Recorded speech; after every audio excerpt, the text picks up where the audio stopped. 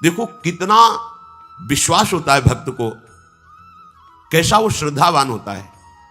एक राजकुमारी और दूसरी एक जमींदार की पुत्री, दोनों को मित्रता थी। एक दिन राजा के यहां भगवत प्रेमी महात्मा आए। वो संत सेवी राजा थे, महात्मा जन आते रहते थे और महात्माओं का कार्य ही होता है निरंतर अपने प्रभु की सेवा और सुमिरन में मगन रहना। सेवा सुमिरन ये बहुत बड़ी सामर्थ्य है।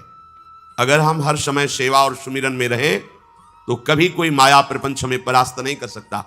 जहां हम सेवा सुमिरन से अलग हुए वहीं माया का प्रभाव पड़ता है। भगवान का शालिग्राम स्वरूप उनके पास था, खूब भाव से सेवा कर रहे थे और नवीन अवस्था की कोमल हृदय वाली ये दोनों सखियां देख रही थी। इनके मन में आया ऐसे हम भी ठाकुर सेवा करेंगे।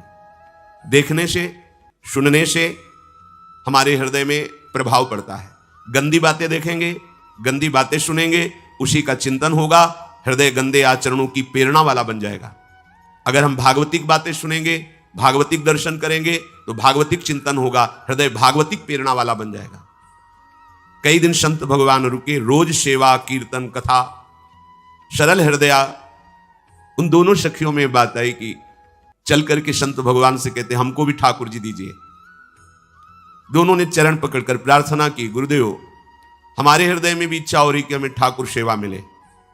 अब दोनों बच्चे ही थे। संत भगवान ने विचार किया सेवा पद्धति में बहुत सावधानी की आवश्यकता होती है। अभी ये बच्चे हैं, कहीं सेवापराध न बन जाए। सेवापराध भी होता है। उपासना में चलने वाले उपासक को सेवापराध और उप सेवापराध 32 ये 64, इन पर सावधान रहना चाहिए। ये गलती नहीं होनी चाहिए।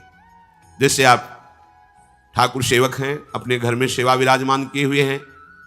अब जैसे आपको ठाकुर जी के दर्शन के लिए जाना है, जहां तक ठाकुर जी के दर्शन करने के लिए जाना है, हो सके तो पादुका न पहने, नंगे पैर दर्शन करने जाए।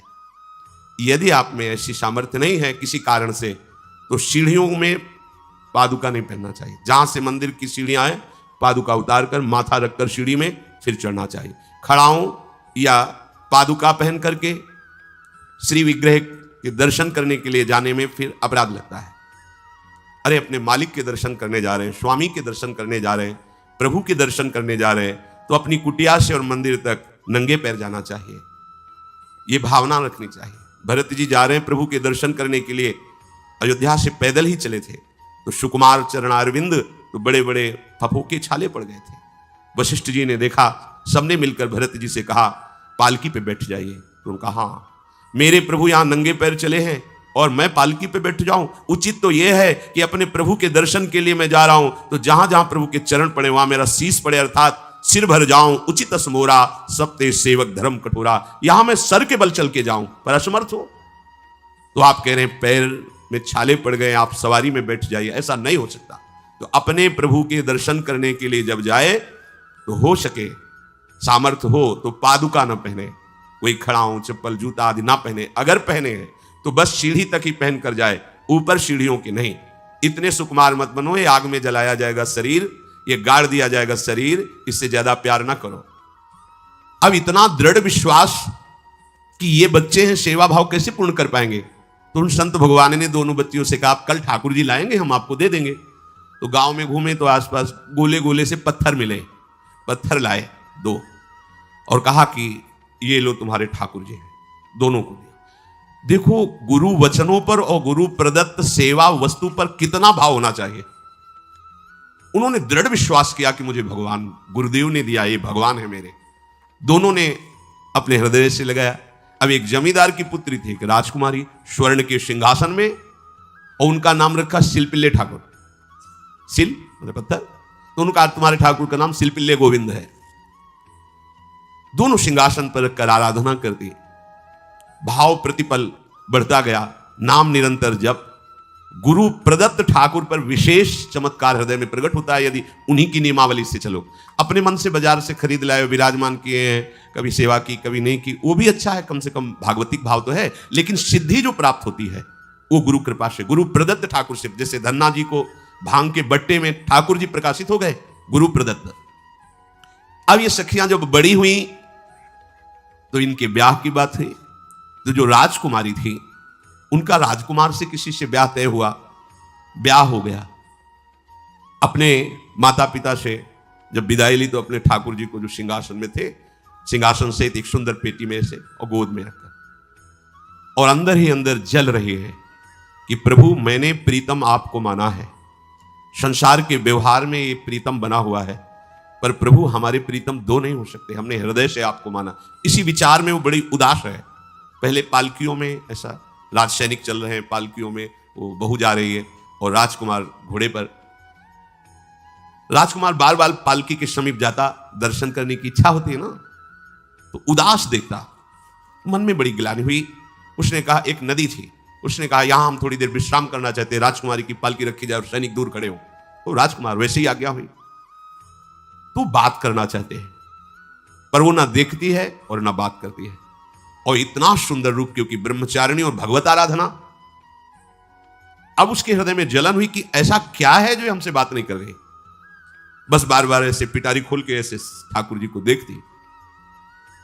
नाम जप और सेवा के प्रभाव से वो सिल नहीं रह गया था, वहां उसको सांवरे श्याम सुंदर की झांकी मिलती थी।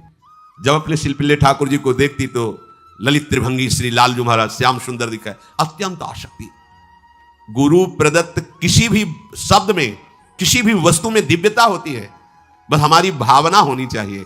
अरे बोले ये हम नहीं दे सकते, ये गुरु प्रदत्त है, नहीं हम प्राण दे सकते, लेकिन ये नहीं। जिसका गुरु वचन पर, गुरु प्रदत्त वस्तु पर, गुरु प्रदत्त ठाकुर पर दृढ़ निष्ठा हो गई, वही सिद्ध हो जाता है। अब उसने समझ लिया कि पिटारी में जो कुछ है यही हमारे और राजकुमारी के बीच में बाधा है। दो चार दासियों को बुलाया और कहा इनको बातों में उलझाओ, पिटारी पीछे हमें दो। वो प्रवीण दासियां उनको विनोद भाषा में, हंसी मजाक में बात, लेकिन वो उदासीन।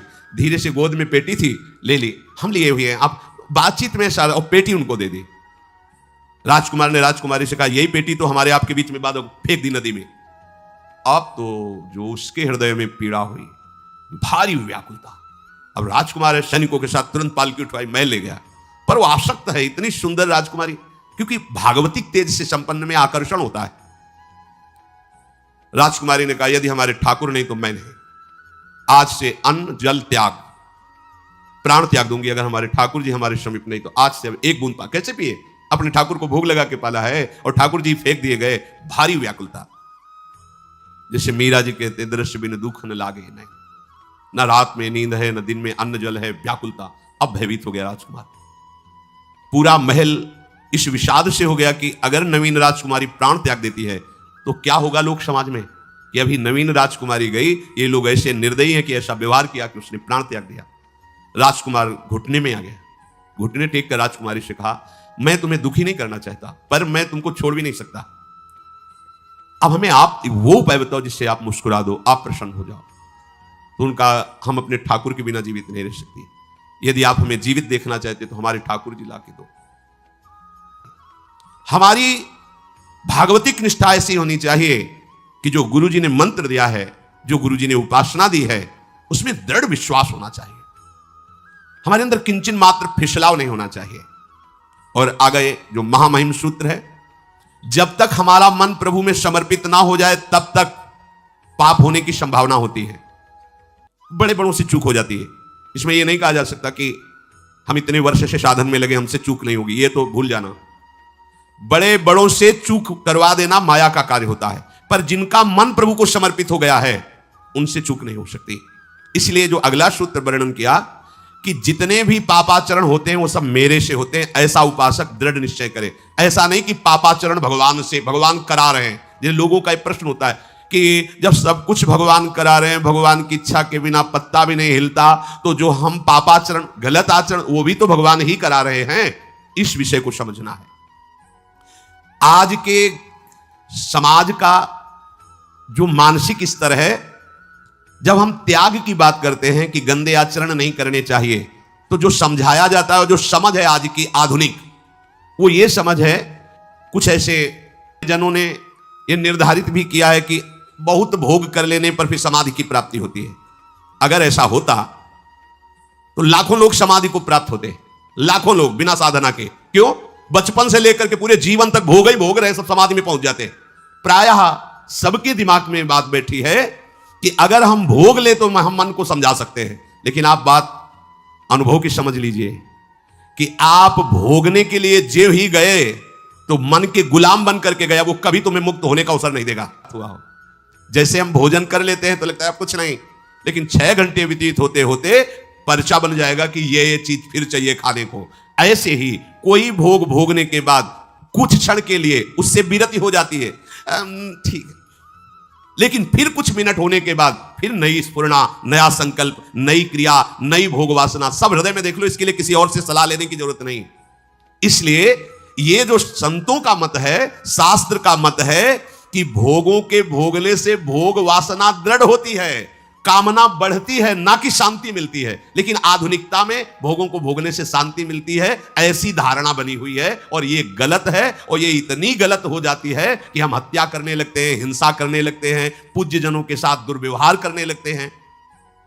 आज तक भोगों में इति नहीं हुई। देवयानी जी भगवान शुक्राचार्य जी की पुत्री हैं।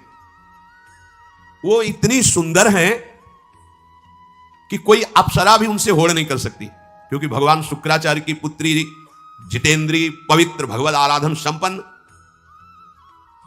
बड़ा प्रसंग है, उसको ना लेते हुए हम सारांश में बता रहे।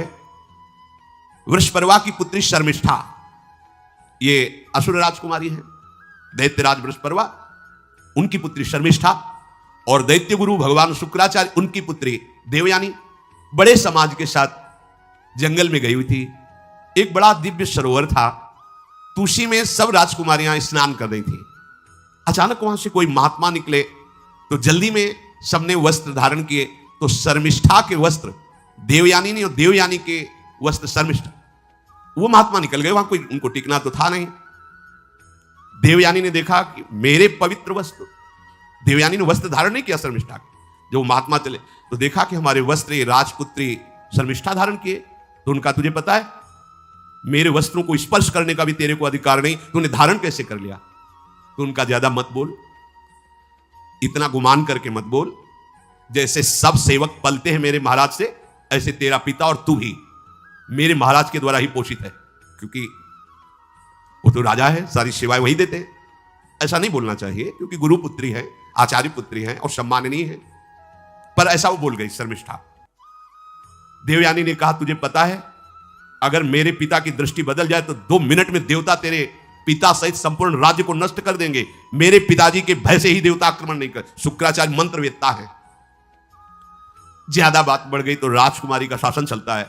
उसने कहा इस गुरुपुत्री को उठाकर कुएं में डाल दिया जाए, और उस समय वस्त्र धारण नहीं की हुई थी, उनको उसी स्थिति में डाल दिया गया और वो चली गई। उसी समय शिकार खेलने के लिए महाराज ययाति चक्रवर्ती सम्राट